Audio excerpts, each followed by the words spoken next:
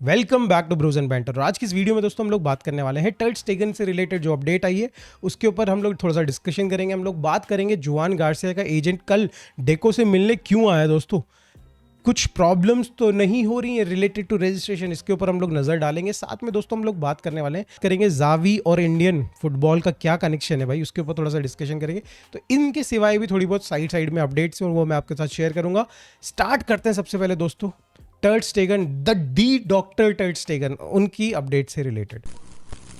तो दोस्तों कल डॉक्टर टर स्टेगन ने एक अपडेट दिया है कि उनका जो पेशेंट है टर स्टेगन, उसकी सर्जरी होगी, बैक की सर्जरी होगी, उनको हेल्प करेगी नर्स जिनका नाम है टर स्टेगन अगेन। और भाई इनके बाद जो सर्जरी कंप्लीट होने के बाद जो उनको फिजियो, जो पेशेंट है जो टर स्टेगन अगेन, उनका जो फिजियो होगा वो भी टर स्टेगन ही होगा और ये सब मिल के उसको रेडी करा देंगे 3 महीने के अंदर। देखो ये सब चलो ठीक है, मजाक की बातें ज़रूर है, बट यहाँ पे टर स्टेगन क्लियरली भाई चाहता है एक वॉर अगेंस्ट आपकी जो क्लब है उसके साथ, मैनेजमेंट के अगेंस्ट वो वॉर चाहता है, राइट। और इसी में कहीं ना कहीं उन्होंने एक जो कि भाई आपने कभी इससे पहले किसी प्लेयर को अनाउंस करते हुए सुना है कि भाई मैं रिकवरी इतने दिन में कर दूंगा? कभी नहीं दोस्तों। वो सर्जरी होती है, सर्जरी के बाद doctors, medical team of obviously जो भी जिस भी क्लब की बातें होती है उसकी टीम डिसाइड करती है कि भाई ये जो प्लेयर है ये कब तक रिकवरी करके आएगा। ऑन द अदर एंड यहाँ पे भाई टर स्टेगन ने, आपने देखा कि भाई कल अनाउंस किया प्रॉपर तरीके से और बताया कि भाई मैं 3 महीने में रेडी हो जाऊंगा, तैयार हो जाऊंगा।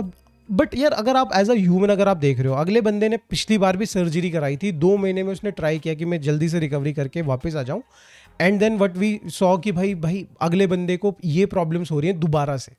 क्लियरली दोस्तों यहाँ पे जो भी ये इंटेंशन लग रही है यहाँ पे टर स्टेगन की, वो ये तो है कि जुआन गार्सिया का जो रजिस्ट्रेशन है उसको रोक दे। बट इसके लिए दोस्तों मैं हेट ही नहीं दूंगा उसको, बिकॉज ये चीज़ उसने डिसाइड नहीं करी थी कि उसको 5 साल का कॉन्ट्रैक्ट दो, ये हमारी मैनेजमेंट ने डिसाइड करा था। हमारी गलती है कि हमने भाई उसको 5 साल का कॉन्ट्रैक्ट दिया और इस सिचुएशन में हमने भाई खुद को अपने लेके आ गए। 2 साल का एक्सटेंशन दे देते, 2-2 साल करके एक्सटेंशन दे देते, that would have been better और इस पर्टिकुलर ईयर में ही खत्म हो जाता। बट लेट्स सी भाई ये हमारी मैनेजमेंट का जो गलतियां हैं कब तक भाई हमको प्रॉब्लम्स दे सकती हैं। हम लोग बढ़ते हैं अगली न्यूज़ की तरफ जो कि रिलेटेड है जापान टूर पर हमारी जो टीम जाने वाली थी कल। अब आप देखो दोस्तों कल जो हुआ है उसने आपको एक स्नैपशॉट में बता दिया कि बार्सिलोना किस तरीके से ऑपरेट करती है। हर दिन कुछ ना कुछ नया डेफिनेटली होता है।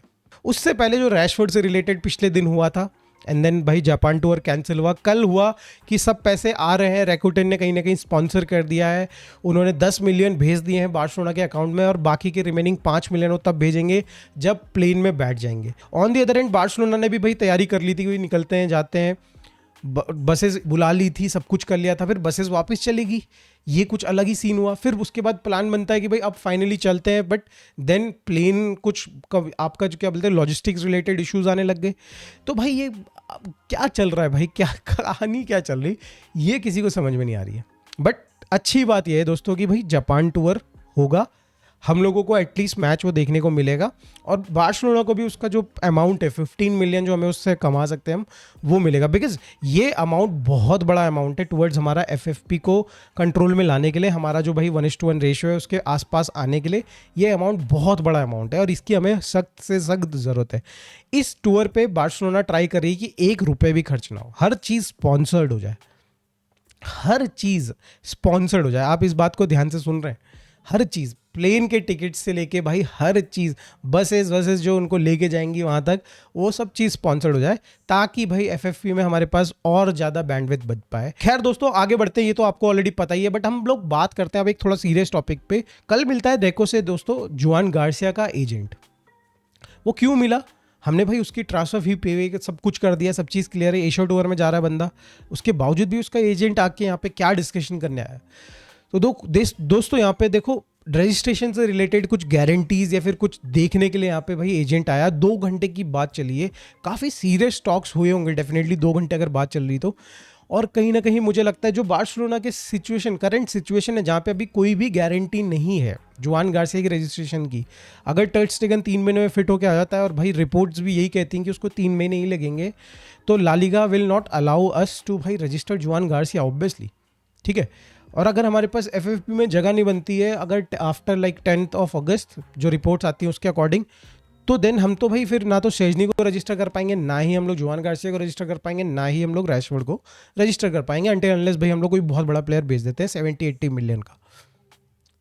तो यहाँ पे क्वेश्चन अब ये उठाया गया है एजेंट द्वारा, आई थिंक जो अभी तक रिपोर्ट्स लीक नहीं हुई हैं, यही क्वेश्चन पूछा गया होगा डेको से कि भाई क्या गारंटीज है और क्या प्लान है इन केस अगर वो नहीं रजिस्टर हो पाता है तो क्या करेंगे उसका हम। आप क्या उसको सेल कर दोगे किसी अदर क्लब को, या फिर आप उसको लोन कर दोगे। तो ये सारी चीज़ें डिस्कस करी होगी। तो दोस्तों अगर फ्यूचर में ये चीज़ होती है तो आप बेटर प्रिपेयर्ड रहना कि आपने एक गोलकीपर साइन किया जो आप शायद से खिला भी ना पाओ अपनी टीम के लिए कमिंग सीजन में। और इसी से रिलेटेड दोस्तों एक अपडेट है, जो एफएफपी में हमने एक नंबर्स आ चुका है हमारे पास कि कितना हमने थोड़ा मार्जिन क्रिएट कर दिया है after selling some of the players अपने। तो टोटल बार्सिलोना ने 21 मिलियन का फेयर प्ले में जगह बना ली है आफ्टर सेलिंग 3-4 प्लेयर्स और कॉन्ट्रैक्ट टर्मिनेशन जो हमने किया है उसके बेसिस पे। अगर आप देखोगे तो पाओ विक्टर को हमने जो सेल किया है ना उसमें उसकी जो सैलरीज एंड ऑल है उसको मिला के अगर आप देखो तो हमने लगभग 2.8 मिलियन बचाए हैं अपनी एफएफपी में। एट द सेम टाइम आपने पाब्लो टोरे को सेल किया है, 3.5 मिलियन उसने कंट्रीब्यूट किया है एफएफपी में। एंड देन अगर आप बात करो अंसु फाती को आपने भाई लोन किया है तो 8 मिलियन बड़ा चंक उन्होंने यहाँ पे बचाया है एफएफपी में। एंड आपने लैंगले को जो टर्मिनेट किया है म्यूचुअल आपके जो एग्रीमेंट थे उसके बेसिस पे, तो आपने 10.6 मिलियन यूरोस बचाए हैं इन टर्म्स ऑफ एफएफपी। अब अगर आप बात करो इनियाकी भी है भाई, आप बात करो कहीं ना कहीं अभी ओरियल रोमेओ भी है, तो ये दोनों भी थोड़ा बहुत कंट्रीब्यूट करके लगभग मुझे लगता है कि 26-27 तक इसको नंबर को लेके चले जाएंगे। तो एक थोड़ा हेल्दी अमाउंट हमने कम कर दिया है, बट भाई 1:1 बहुत ज़्यादा ज़रूरी है हमारे को अभी भी कंप्लीटली इस में जगह बनाने के लिए, सो दैट हम बाकी रिमेनिंग 3 प्लेयर्स को रजिस्टर कर पाए। जुआन गार्सिया से रिलेटेड एक और अपडेट है, हमारा जो गोल कीपिंग स्टाफ है वो बहुत ज़्यादा खुश है राइट नाउ जुआन गार्सिया की जो प्रोग्रेस है या फिर जुआन गार्सिया की जो फुटबॉलिंग या गोल कीपिंग एबिलिटी है उससे, वो उसके जो रिफ्लेक्सेस उससे बहुत ही ज़्यादा खुश है। एंड अगर आप देखें वो कंपेयर कर रहे हैं विक्टर वेल्डेस से, जिन लोगों ने मतलब इनमें से जो स्टाफ है इनमें से कई सारों ने विक्टर वेल्डेस को खेलते हुए देखा होगा या फिर ट्रेन करवाया होगा उसको, वो कहते हैं कि भाई इसके रिफ्लेक्सेस उसके लेवल के शार्प है। तो भाई एक बहुत बड़ा मतलब कॉम्प्लीमेंट मिल रखा है यहाँ पे जुआन गार्सिया को। और अगेन भाई हम लोगों को फैंस को ये दिख रहा है कि भाई एक अच्छी क्वालिटी का गोलकीपर, थोड़ा सा डाउट ज़रूर रहता है मन में यार, आपने एक यंग गोलकीपर को चांस दिया है भाई, वो बड़ी टीम में आके वो प्रेशर झेल पाएगा कि नहीं झेल पाएगा। ये सारी चीज़ें जो थोड़ा आपको प्री सीजन में आपको पता चलना शुरू होता है, आप खुद देखते हो गेम्स में, तो आपको थोड़ा रीअश्योर करता है कि भाई एक बढ़िया प्लेयर है। और ऐसा नहीं होगा कि भाई जब एक्चुअली में बड़ी टीम के अगेंस्ट ये यूसीएल नाइट में या फिर भाई एल क्लासिको में ये खेलेगा तो भाई ये कहीं दिक्कतें शुरू हो जाए, राइट। तो एक ये अपडेट थी दोस्तों अगली अपडेट रिलेटेड टू जावी है, जो कि भाई उन्होंने अप्लाई किया था इंडियन फुटबॉल के कोच की पोजीशन के लिए और भाई उसको रिजेक्ट कर दिया गया ड्यू टू ऑब्वियसली भाई उसके जो वेजेस डिमांड होगी उसके बेसिस पे। अगर आप देखो बार्सिलोना में वो कितना कमा रहे थे, 8 मिलियन के अराउंड वो कमा रहे थे। अगर आप ग्रॉस नेट जो भी करना है जो भी कहो आप, वो इतना कमा रहे थे। अगर हम लोग थोड़ा कंजर्वेटिव होके चलेंगे, भाई बार्सिलोना उसको 8 दे रही थी, शायद से इंडियन गवर्नमेंट में भी वो इनके सामने भाई उन्होंने 6 मिलियन की डिमांड करी होगी, तो वो नंबर आपको समवेयर अराउंड लाइक 30 करोड़ से लेके 60 करोड़ तक की भाई वैल्यूएशन पे लेके चले जाता है। टैक्सेस के साथ बोल रहा हूँ मैं, मतलब इन हैंड वाली सैलरी नहीं बोल रहा हूँ। तो 30 to 60 करोड़ आप जावी को दोगे और भाई उससे आपको मिलेगा क्या, I don't know. On the other hand अगर आप बात करें अभी जो भी हमने हायर किया है नया कोच को, उसको हम लोग 3.2 समथिंग अराउंड इतनी सैलरी दे रहे। इससे पहले जो हमारे स्टिकमैक थे भाई, जो भी क्रॉशन जो कोच थे, उनको हम लोग समवेयर अराउंड लाइक 6-7 करोड़ दे रहे थे।